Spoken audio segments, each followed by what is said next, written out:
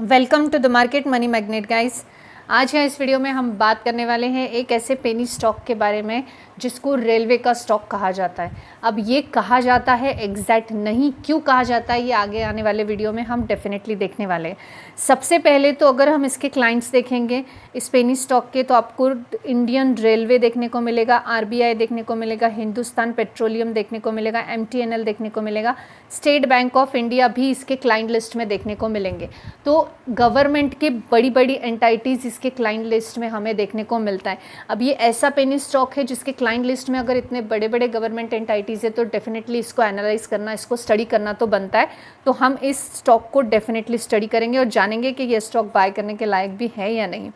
सबसे पहले तो मैं आपको बता दूं कि ये जो कंपनी है ये ग्लोबल लीडर है in designing, development and manufacturing of LED video displayers और high end electronics and telecommunication equipments में and development of telecom softwares में भी।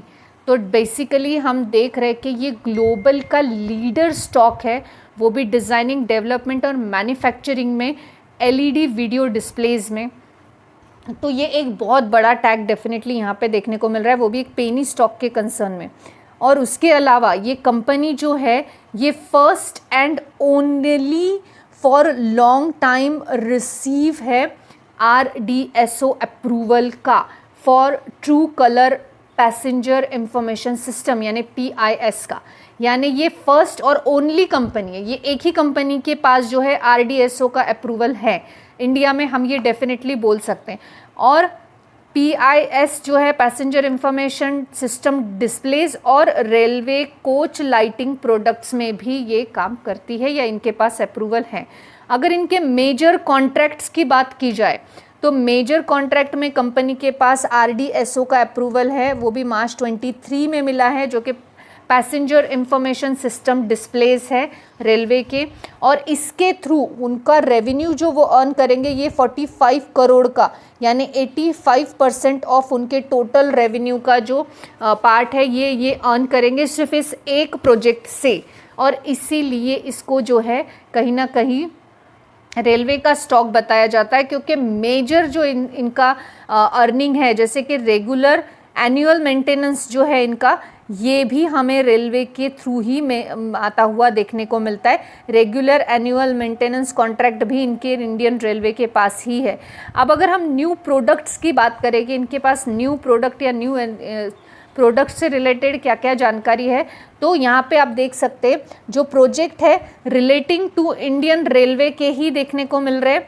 अब इंडियन रेलवे के प्रोजेक्ट पब्लिक अनाउंसमेंट पैसेंजर्स से रिलेटेड यानी PAIPS से related, EV chargers and smart energy metres से रिलेटेड प्रोजेक्ट इनके पास है। GPS based public address system है PAPIS और LED डेस्टिनेशंस बॉर्डर और न्यू एंड एग्जिस्टिंग LHB और ICF टाइप के जो AC और नॉन AC कोचेस है उनके भी पेंट्री कार्स और पावर कार्स भी इनके पास काम के स्वरूप में है या इनके प्रोजेक्ट में इंक्लूडिंग है। तो ये तो हमें समझ में आ गया कि ये जो पेनी स्टॉक है इसका मैक्सिमम रेवेन्यू 80% रेवेन्यू जो है ये रेलवे के प्रोजेक्ट, रेलवे के काम से ये जनरेट करते हैं और इसी वजह से इसको रेलवे का पेनी स्टॉक भी कहा जाता है। अब हम इसके एक बार फंडामेंटल्स चेक करते हैं और फिर देखते हैं कि इसमें वो पोटेंशियल फंडामेंटल में भी है क्या। वैसे तो इसके जो क्लाइंट्स है ये ज़बरदस्त थे, इनके पास काम ज़बरदस्त है और ये ग्लोबली लीडिंग कंपनी हमें देखने को मिल रही है। तो बेसिक्स तो कंपनी के अच्छे हैं पेनी स्टॉक के हिसाब से। चलिए फंडामेंटल्स पे फोकस करते हैं। यहाँ पे अगर फंडामेंटल्स की बात की जाए तो मार्केट कैप 1000 करोड़ के आसपास है, 1292 करोड़, यानी एकदम छोटा सा पेनी स्टॉक है ये। स्टॉक पी की बात करें तो 1135 का स्टॉक पी है। अगर हम सेक्टोरियल पी के साथ इसको कंपेयर करें तो ये ओवर वैलिड देखने को मिलता है। ROC 8.84% का है, ROE 5.71% का देखने को मिलता है। अर्निंग पर शेयर 0.40 का है। फेस वैल्यू 2 का है, यानी कोई खास फ्लीट का बेनिफिट देखने को नहीं मिलेगा। कंपनी ने अभी तक डिविडेंड प्रोवाइड नहीं किया है। कंपनी के ऊपर 43 करोड़ का डेप है। डेप टू इक्विटी रेशो 0.20 देखने को मिल रहा है। करंट असेट 174 करोड़ के, वहीं पे इन्वेंट्री 16 करोड़ की देखने को मिल रहा है।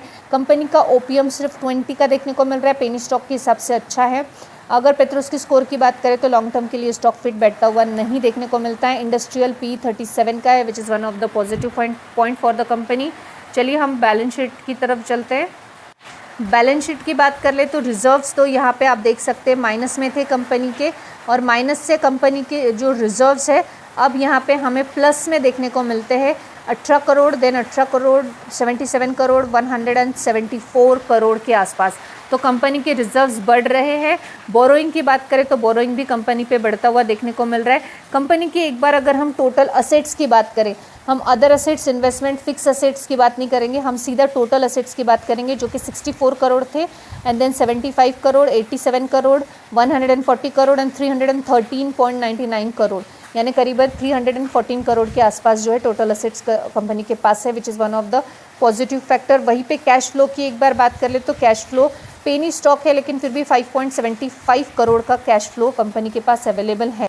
प्रॉफिट एंड लॉस अकाउंट की बात कर ले तो कंपनी का जो सेल्स है, ये कंपनी के सेल्स आप देख सकते हैं 54 करोड़ है, देन 54.57 करोड़, 94.76 करोड़ एंड 95.67 करोड़। तो सेल्स तो कंपनी का ग्रोइंग देखने को मिल रहा है। अगर ग्लोबली लीडिंग कर रही है कंपनी तो डेफिनेटली सेल्स अच्छा देखने को मिल सकता है। एक्सपेंसेस भी कंपनी के बढ़ते हुए देखने को मिल रहे हैं। यहाँ पे नेट प्रॉफिट की अगर हम बात करें तो net profit 61 crore, 9 crore and then 9.54 crore. तो यहाँ पे मार्च 24 का परफॉर्मेंस बहुत बढ़िया था, उसके बाद परफॉर्मेंस में गिरावट ही देखने को मिल रही है। अर्निंग पर शेयर की बात करें तो मार्च 24 का 2.79 करोड़ का था, then 0.41 crore and then 0.40 crore का आसपास देखने को मिल रहा है। अगर हम इसके ग्लोबल प्रेजेंस की बात कर लें तो आप यहाँ पे देख सकते हैं ग्लोबली ये जो कंपनी है कलर LED डिस्प्लेस के मामले में USA, Australia, the UK, Saudi Arabia, south Africa and middle east में इनका जो है करीबन 23,000 सेट्स जो है ट्रू कलर LED डिस्प्लेस के ये एक्सपोर्ट होते हैं। यानी इनका प्रेजेंस हमें USA, Australia, UK, Saudi Arabia and south Africa के साथ साथ मिडल ईस्ट में भी देखने को मिलता है। इनका हेडक्वार्टर जो है हैदराबाद में देखने को मिलता है। इसके अलावा इनका प्रेजेंस और network marketing, sales and services support centres जो है ये मेट्रो सिटीज़ में इंडिया के देखने को हमें मिल जाती हैं। अगर शेयर होल्डिंग पैटर्न की बात करें तो प्रमोटर का होल्डिंग जो है 66.48% का है। FIS 4.15 थे जो कि पहले 8% के FIS थे जो कि 4.77 हुए, 4.15 हुए और अभी 3.80% के आसपास देखने को मिल रहे हैं। पब्लिक इसमें 29.72% की देखने को मिल रही है। प्रमोटर का जो 66% का होल्डिंग है इसमें करीबन 34% का होल्डिंग जो है ये प्लेज किया गया है।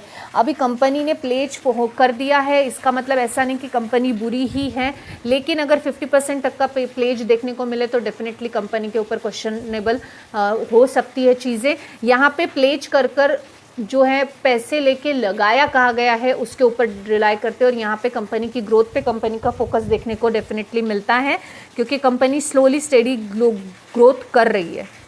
हम कौन से स्टॉक की बात कर रहे हैं तो हम बात कर रहे हैं MIC इलेक्ट्रॉनिक्स लिमिटेड की। MIC इलेक्ट्रॉनिक लिमिटेड जो कि अभी 53.44 पे ट्रेड करता हुआ हमें नज़र आ रहा है और यही स्टॉक जो है आपने अगर 5 साल के रिटर्न्स देखेंगे आप इसके तो ये अच्छे रिटर्न्स, कोई भी पेनी स्टॉक हो ये मैक्सिमम टाइम में अच्छे रिटर्न्स बना के देते हैं, ये कम टाइम में अच्छे रिटर्न्स बना के डेफिनेटली नहीं देते। इसके पास रेलवे के जो भी प्रोजेक्ट्स है इनसे इनका 80% का रेवेन्यू जनरेट होता है और इसीलिए इसको रेलवे का पेनी स्टॉक भी कहा जाता है जिसने 5000% के रिटर्न्स बना के दिए हैं। साथ ही साथ इनका सेल 11.61 करोड़ से और साथ ही साथ नेट प्रॉफिट जो है 1.67 करोड़ Q1 FY26 में यहाँ पे जो है रिपोर्ट किया गया है। तो ये जो 5000% रिटर्न्स 5 सालों में मल्टी बैगर रेलवे के पेनी स्टॉक ने बना के दिए हैं, ये इसकी पूरी डिटेल हमने देखी। अब मैं ये जानना चाहती हूँ कि आपका व्यू इस पेनी स्टॉक को लेकर क्या है। आप मुझे डेफिनेटली कमेंट सेक्शन में बताइएगा आप क्या रिकमेंड करेंगे, इस स्टॉक को बाय करना चाहिए या ये स्टॉक को बाय नहीं करना चाहिए। क्या ये लॉन्ग टर्म में और अच्छे रिटर्न बनाने का पोटेंशियल रखता है या नहीं रखता है। अगर आपका व्यू मुझे समझ आया तो डेफिनेटली मेरा व्यू भी आपको वहीं पे समझ आ जाएगा। मैं अपना व्यू भी वहाँ शेयर करूँगी मेरे हिसाब से कमेंट सेक्शन में कि क्या होना चाहिए इस स्टॉक से रिलेटेड हमारी भूमिका। This video is only for the educational purpose. I am not giving any recommendation here, not even a buy or a sell. This information is informative for you, I hope. Thanks for watching.